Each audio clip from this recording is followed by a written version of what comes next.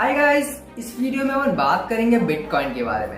अपन जानेंगे कि बिटकॉइन क्या होता है, इसे क्रिएट किसने किया, इसकी वैल्यू इतनी हाई क्यों है, इससे अपन माइन कैसे कर सकते हैं और बिटकॉइन माइनिंग क्या होती है और इसमें इन्वेस्ट करना सही है या नहीं है और ये गुड इन्वेस्टमेंट सोर्स है या नहीं है। तो सबसे पहले अपन जानते हैं कि बिटकॉइन क्या होता है। तो बिटकॉइन एक्चुअली एक टाइप की क्रिप्टो करेंसी है। अगर आपको पता ना हो क्रिप्टो करेंसी क्या होती है तो आप मेरा प्रीवियस वीडियो चेक कर सकते हैं। तो बिटकॉइन एक टाइप की क्रिप्टो करेंसी है जो कि peer to peer electronic system पे वर्क करती है, जिसे डेवलप किया था सातोशी नाकामोटो ने 2009 में। और उसे डेवलप करने के बाद और इसका पूरा सेटअप कंप्लीट करने के बाद सातोशी नाकामोटो गायब हो गए। मतलब उसके बाद पता ही नहीं चला कि ये बंदा कहाँ से आया था, कौन था और कहाँ गया। और ये भी माना जाता है कि सातोशी नाकामोटो कोई इंसान नहीं, 4 बड़ी कंपनी है, सैमसंग, तोशिबा, नाकामिची एंड मोटोरोला। तो अब बात करते हैं बिटकॉइन की वैल्यू के ऊपर। तो बिटकॉइन की इतनी हाई लेवल वैल्यूज होती हैं, वो डिफाइन कैसे होती है। पर इससे पहले मैं आपको बिटकॉइन की करंट वैल्यू बता दूं, जो कि है 6,94,909.44 इंडियन रुपीस पर बिटकॉइन। और जो ये बिटकॉइन की इतनी हाई लेवल वैल्यू है, ये पूरी तरह डिपेंड करती है इसकी डिमांड एंड सप्लाई चेन पे। ऐसा नहीं है कि इसके ऊपर एक अथॉरिटी है या फिर कोई देश की गवर्नमेंट है जो कि बैठ के डिसाइड करेगी कि बिटकॉइन की वैल्यू इतनी होनी है। ये पूरी तरह डिपेंड करती है इसकी पर डे ट्रांजैक्शन पे। अगर आज का इसके ट्रांजैक्शन बहुत ज़्यादा बढ़ गए तो इसकी वैल्यू बहुत ज़्यादा बढ़ जाएगी, या फिर ट्रांजैक्शन कम हो गए तो इसकी वैल्यू पूरी तरह खत्म हो जाएगी। अब ट्रांजैक्शन और वैल्यू में रिलेशन क्या है?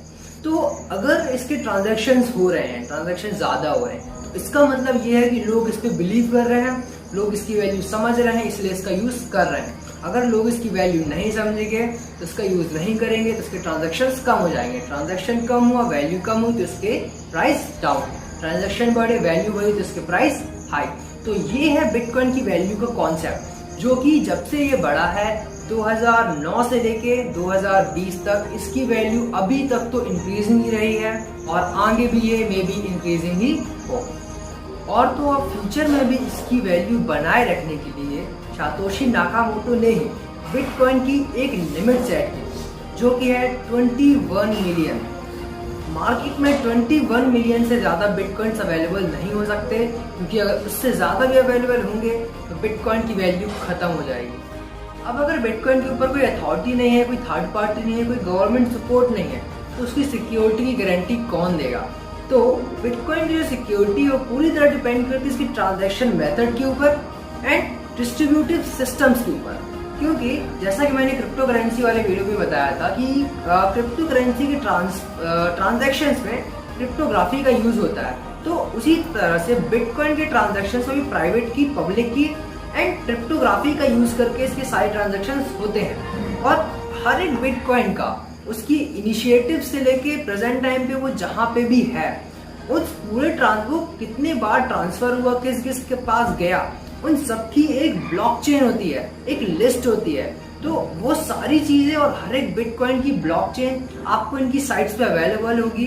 तो ऐसा नहीं कि अगर आपने कोई ट्रांजैक्शन किया तो उसे केवल आप देख रहे हैं, उसे जहाँ पे भी डेटा माइनर्स है जो डेटा उस क्रिप्टोग्राफी के जो इक्वेशंस होती है उनको डिक्रिप्ट करते हैं, वो सब उस ब्लॉकचेन को देख सकते हैं। तो ऐसा नहीं कि आप एक बिटकॉइन को 2 बार यूज कर सके या आपके बिटकॉइन को कोई और किसी दूसरे अकाउंट से एक्सेस कर सके। यहाँ पे जो हर एक बिटकॉइन की जो पूरी ट्रांजैक्शन लिस्ट है वो हर किसी डेटा माइनर के पास अवेलेबल है। तो कोई भी इस सिस्टम को चीट नहीं कर सकता है, कोई भी फेक ट्रांजैक्शन या फेक पेमेंट्स नहीं कर सकता है। तो बिटकॉइन माइनिंग होती क्या? तो एक्चुअली में बिटकॉइन माइनिंग का मतलब होता है न्यू बिटकॉइन को क्रिएट करना, और बिटकॉइन माइनिंग की एक इकलौता जरिया है जिसके कारण न्यू बिटकॉइन एग्जिस्टेंस में आ सकते हैं। तो इसके कॉन्सेप्ट को पूरी तरह समझने के लिए हमें पहले बिटकॉइन के ट्रांजैक्शन मेथड को समझना होगा। बिटकॉइन के ट्रांजैक्शन में सबसे पहले सेंडर अपनी प्राइवेट की हेल्प से अपने ट्रांजैक्शन को इनक्रिप्ट करता है। उसके बाद ये इनक्रिप्टेड ट्रांजैक्शन जहाँ भी बिटकॉइन माइनर्स अवेलेबल है उन सबके सिस्टम पे पहुँचा दिया जाता है। उसके बाद बिटकॉइन माइनर्स उस ट्रांजैक्शन को वेरीफाई करते हैं और जो भी क्रिप्टोग्राफी के मैथमेटिकल एल्गोरिदम्स हैं उन सबको सॉल्व करके उस ट्रांजैक्शन के लिए एक पब्लिक की जनरेट करते हैं और उस पब्लिक की हेल्प से उस ट्रांजैक्शन को डिक्रिप्ट करके रिसीवर तक पहुंचा दिया जाता है। तो इस पूरे ट्रांजैक्शन में बिटकॉइन माइनर्स जो होते हैं सबसे इंपॉर्टेंट रोल प्ले करते हैं। वही इस ट्रांजैक्शन को वेरीफाई करते हैं, एल्गोरिथम को सॉल्व करते हैं और इन सब को करने के लिए बहुत ही हाई पावर कंप्यूटर की जरूरत पड़ती है, बहुत ही हाई कैपेसिटी जीपीयू की जरूरत पड़ती है और इन सब के बदले में उन्हें कुछ न्यू क्रिएटेड बिटकॉइंस मिलते हैं। अब अगर आप भी बिटकॉइन माइनिंग करना चाहते हैं, इसमें इंटरेस्टेड हैं, तो आपको ध्यान रखना होगा कि आप जो हैवी कंप्यूटर यूज कर रहे हैं, हाई पावर जीपीयू यूज कर रहे हैं, उसका जो इलेक्ट्रिसिटी कंजप्शन है वो आपकी बिटकॉइन माइनिंग से ज्यादा ना हो, वरना आप बिल भरते रह जाएंगे और आपको प्रॉफिट तो बिल्कुल भी नहीं होगा। तो अब बात करते हैं कि बिटकॉइन में इन्वेस्ट करना सही है या नहीं है।